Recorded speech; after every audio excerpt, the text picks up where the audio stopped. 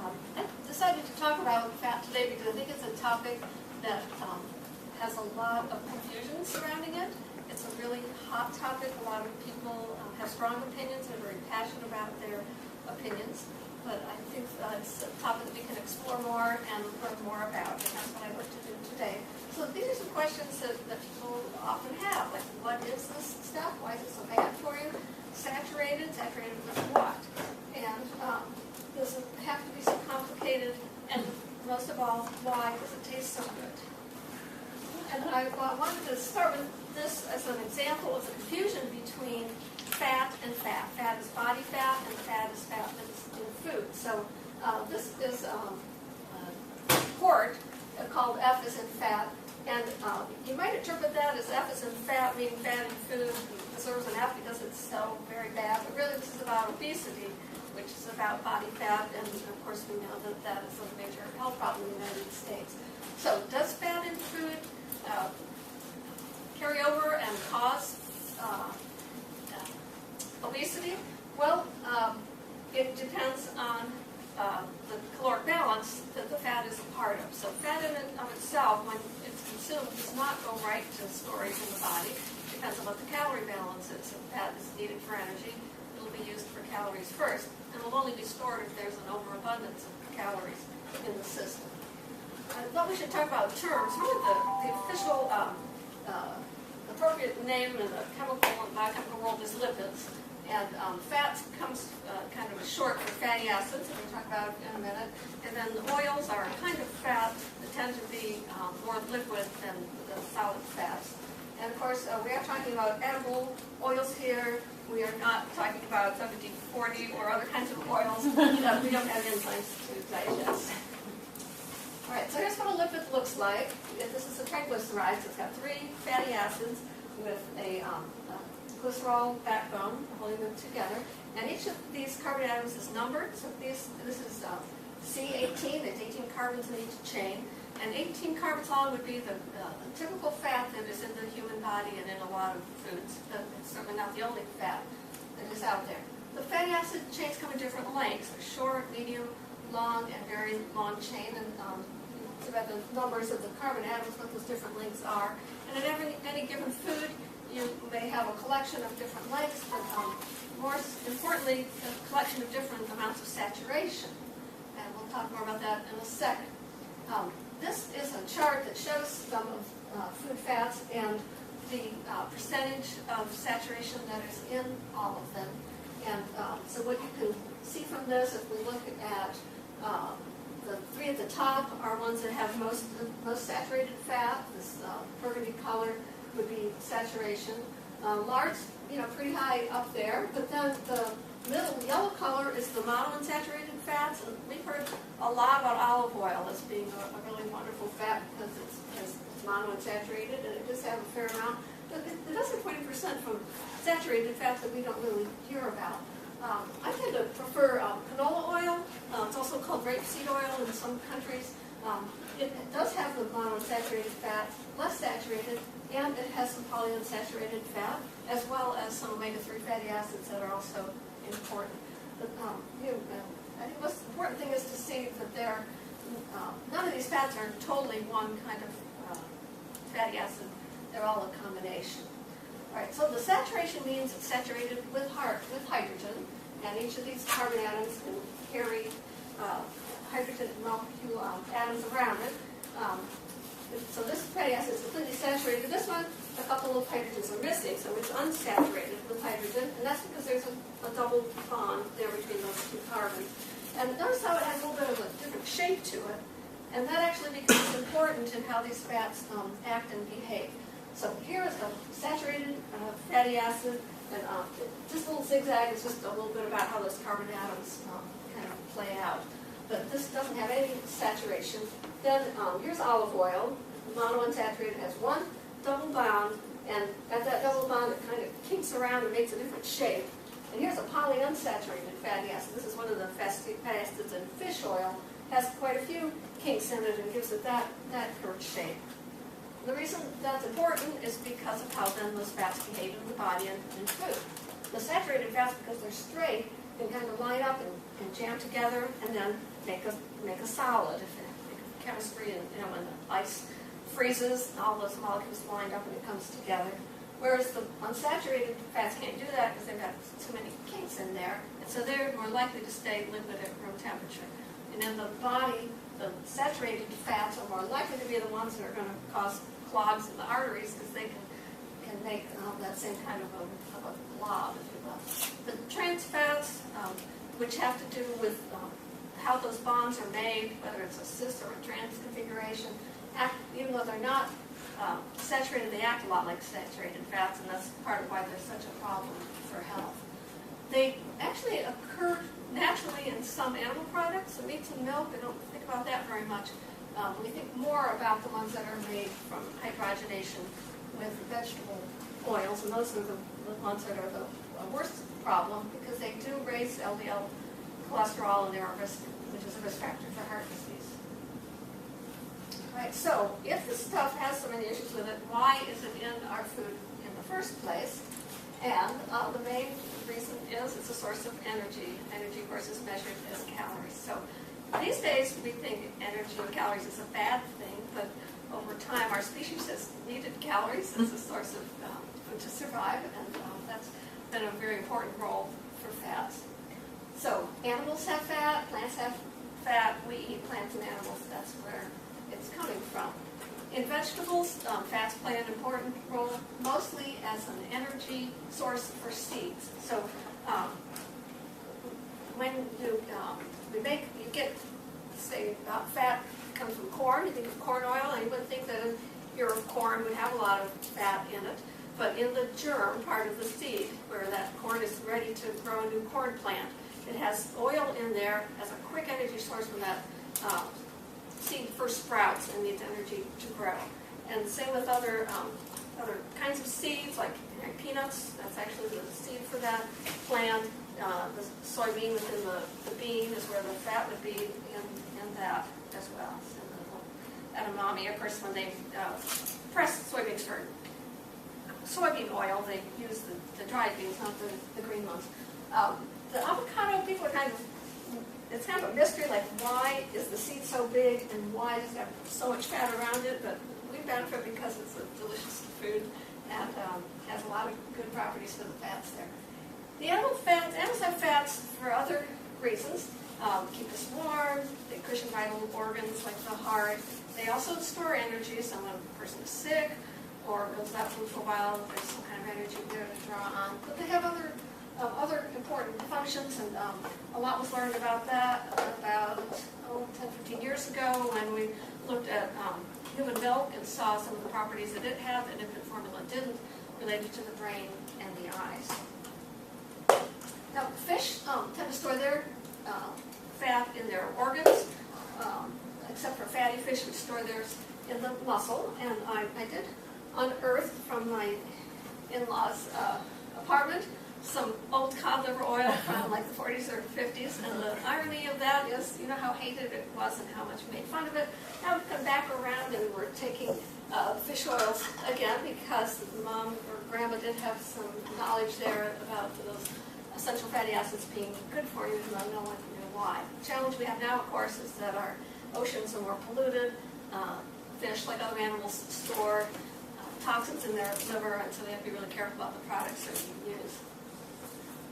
If the fat isn't in the food already, of course, we add it when we prepare the food. And this we think a lot about restaurants and food manufacturers doing this, but of course we do it ourselves because it's part of the foods our families enjoy. Cultural foods. I think every culture has some kind of a little pillow-shaped thing with stuffing in it that's deep fried. That's ethnic group. So it does taste wonderful, and that's a good thing. Let's talk about why that is.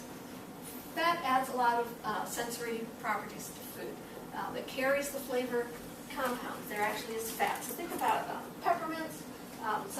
This will look to be like a food that has a lot of oil in it, but you can get peppermint oil that's been squeezed out of those leaves, and that's where the flavor is in the oil. Same with the lemon. The lemon is in the real lemon oil flavor that got into this bottle is in the skin, and it's been pressed out of there, and so the oils are the place that has the flavor. Or if you're going to make a salad with tomatoes from the farmer's market and put garlic and basil in there, a little bit of olive oil is going to help extract the flavors out of those products and give more flavor to the food. Textured, the fats makes things creamy. I think mayonnaise and avocado and sour cream and so forth makes things crunchy, especially at high temperatures with frying. And it contributes to flakiness in baked products. So shortening is called shortening because when you're making a bread and you develop the gluten, which is what gives the bread or the cookie or the pastry its structure, if that gets too developed, it gets very tough. But the shortening actually shortens those fibers and makes a more tender product. And by into that texture, it breaks off and kind of melts in the mouth. Another thing that is important to the fat is that it has greater satiety than the other elements of food. It's a really dense source of calories, 9 calories per gram, for carbohydrate or protein at 4. And just like you have a vinaigrette, the oil floats to the top. In the stomach, the fat floats to the top and is the last thing to empty, so it stays with you longer. So when people are on very low-fat diets, they may discover a couple hours after a meal that they're getting hungry already. And that's going to be a lot of times when the cravings start and they're going off to look for carbohydrates and other things to meet that need. So they might do better to have some fat with the meal to keep that from happening in the first place. Fats are also essential compounds for life. So we've known about omega-6 fatty acids, linoleic and linolenic acid. You need to have a certain portion, like 2 to 4% of calories from those essential fatty acids. And then there's been more interest lately in the omega-3 fatty acids, DHA, and EPA, which are in fish oils. Then in flax, for instance, there are some other omega-3 fatty acids that we have the ability to elongate and to make them into the C22 fatty acids that actually are the active components. Fats also are sources and they're carriers for fat-soluble vitamins A, D, E, and K. And with vitamin E, we kind of went to a time where everyone was taking vitamin E. Now we've come back to that really wasn't that useful. But vitamin E in the diet is still an essential nutrient and important, and it is naturally occurring in a lot of vegetable oils. This is canola oil. This one is peanut oil, a little different color, and of course this is the olive oil.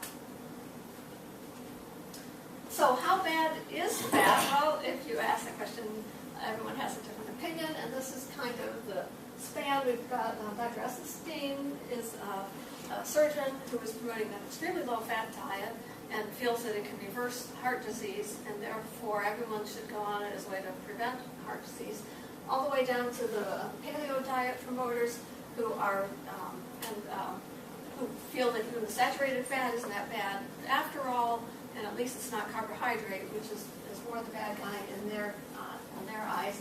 And in between, some of these other experts have other opinions that are a little bit more moderate. Thinking about what to eat, I'd like to talk a little bit about where we've been with fat. So I have here a cookbook from the 1940s, and I'm going to look at a recipe for biscuits, which is kind of a classic food, especially in Kentucky. And this cookbook is calling for shortening for all of the biscuits in here. And of course, this was kind of somewhere between the Great Depression and World War II, so there were also issues about shortages, what was available, and what was allowed to be sold. So here we have, in the 70s, now the American Heart Association cookbook, and instead of Crisco, because by now we know that shortening is saturated fat and has some health issues, instead they are calling for margarine. And even Laurel's Kitchen, really one of the early, I would say, health food cookbooks, in her recipe for Lynn's muffins is also looking for margarine in there. So where did we come after margarine? We found out about trans fatty acids and learned that margarine really actually wasn't the way to go after all, and now the emphasis is more on oils as the source of fat in foods instead. I hadn't bought margarine for a while, but I didn't realize that there are some that don't have trans fatty acids in them. This was one of them. But when taking out the trans fats, there's a couple things that are happening. One of them is the companies are going to a lot of the tropical oils, like palm kernel oil, and because they are highly saturated already. Now, they're shorter chain lengths, and some people aren't sure if that's going to be with their salvation, I guess. Right now, they're looking really saturated, and I'm not sure that's going to be... it's a better change than the artificially hydrogenated, but in the long run, I'm not sure what the outcome of that is going to be. Of course, when you read the rest of the ingredients, it does have some... it may have some hydrogenated fat in the list of ingredients, but as long as it's less than 0.5 grams, it's going to show up as 0, and you may not know that it's in there. Okay, so we do have good research that tells us that saturated fats are associated with heart disease, and that they have a lot of calories, and calories cause obesity. This next slide talks about the sources of saturated fat in the American diet, and you might have thought that it was steak at the top, but really it's cheese is where we get most of our saturated fats. And I find that even people on vegetarian diets, a lot of them tend to go towards quite a bit of cheese. And just pizza. Pizza in a category all of its own. It goes for like 6%. And then the grain-based desserts, they're talking like donuts and Twinkies and so forth. And with those, there can also be some bit of confusion. I can say this lid from a box of donuts, Krispy Kreme, you'll be happy to know, has 0 grams of trans fats. So I think that's the implication, is that they're really more healthy than you thought, and they are 100% delicious. This is kind of comparable to jars of peanut butter that say 0 cholesterol. Well, peanut couldn't make cholesterol if it wanted to, and animals make cholesterol. So marketing, of course, has taken off with all of these things and tried to switch around our opinions about lots of things. All right, we also know that trans fats raise LDL cholesterol and increase the risk of heart disease, and of course, this is a public health issue also about whether we should be regulating that or not. These are some of the foods that contribute to trans fatty acids, and mostly in the baked products. Margarine is also on there, and animal products where they're present naturally is also another issue. The household shortening is low on the list, and that's because people just aren't cooking anymore that much and probably not using as much. We know heart disease is the #1 killer, but we know it's not the only killer. So sometimes when we always focus on heart disease, who knows what we're missing in terms of other kinds of disorders and how fats may have an impact. Fats have actually an important role in the inflammatory response, the prostaglandins, and brain chemistry, and I think there's a lot more to learn about that. So fats are one part of a big picture, and this would be a pretty reasonable distribution of carbohydrate, protein, and fat in the diet. But I use it to bring up the thought that if we do shrink the fat down to, say, 10% of calories, like some people are suggesting, we have to fill in the pie with something else, and that's probably going to be carbohydrates. So when we get really high on the carbohydrate scale, that's going to cause problems with glycemic issues and diabetes problems, and that can also contribute to heart disease by a whole different pathway. Why is this whole question so complex? It's because we are complex organisms. I mean, we know a lot, but there's a heck of a lot that we don't know about how the human body works. Nutrition is also complex. There's a lot we don't know about that. It's really a relatively young science. We're still learning a lot of things about new items that are important for health. And foods are complex too. Some of the old way of looking, we were thinking about nutrients. We would just look at a vitamin or a fat or something and how it behaved and do experiments around it. But now the emphasis is more on looking at whole foods and how those behave in the body. That makes it more complicated. Eating is also complex. It's impacted by more than nutrition. It's a part of culture, family traditions, taste preferences, availability. So that isn't that easy. And eating is also a social and an enjoyable experience, and I hope that we can keep it that way this is a quote from Julia Childs, who also believes that food is one of the simplest and nicest pleasures in life. Which brings us to the Gray Street Farmers Market. So last week, I came through looking for fats at the Gray Street Farmers Market to see what I would find. I didn't expect to find a lot, although I knew I would find a lot of foods that we add fat to when we prepare them. So I talked about the tomatoes and why that actually does add a lot to tomatoes to have a little bit of oil. You can also eat them plain and they're wonderful. Depends on where you're going with that. So a lot of the prepared foods have some fats added to them. The jam, the breads and so forth tend to use butter in most of them. At the Greek van there, they had lamb and beef and stuff which would have fat in them. They had some baklava, which was made with soybean oil, which kind of surprised me. There was some butter in it. I was expecting more butter in that one. And then, of course, the kettle corn. And I did a little nutrient analysis on that a year ago to see how bad it was. And the fat that's in it is corn oil, which is highly unsaturated and polyunsaturated fat. And it accounts for about half of the calories in powder, but powder doesn't have many calories anyway. So I think on my list of how I'm going to spend my grams of fat, I'm keeping the kettle corn option open. So these are some safe and healthy guidelines that I think we can feel good about to keep fat to 20 or 30% of calories from fat. American Heart Association is saying 30. Some people are going a little bit lower than that. And just for reference, 2,000 calories, which is probably too much for most women and not enough for most men. That diet, that would give you like 50 or 60 grams of fat per day, which actually is a fair amount and enables you to have some at every meal.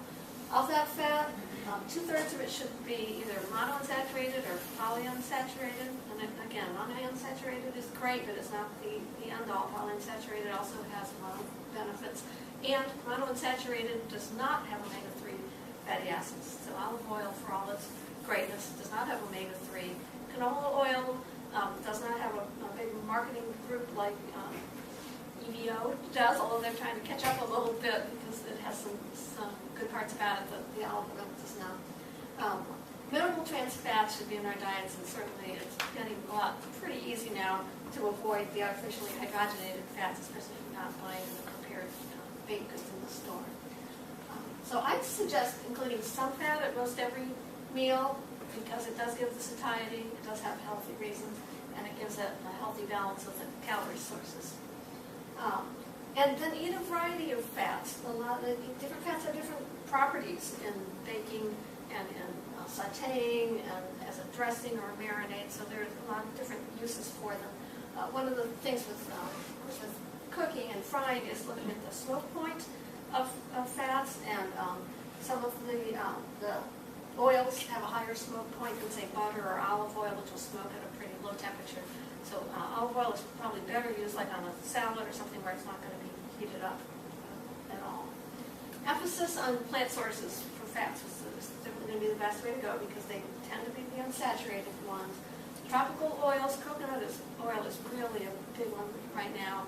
And again, it has medium chain fatty acids, and people are saying it doesn't apply to the saturation equation because it's absorbed through a different pathway.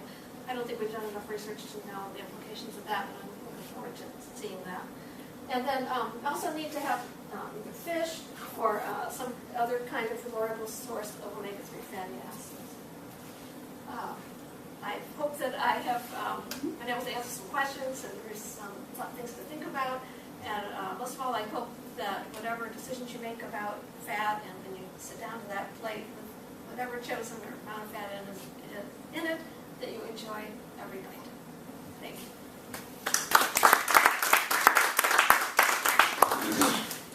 That was great.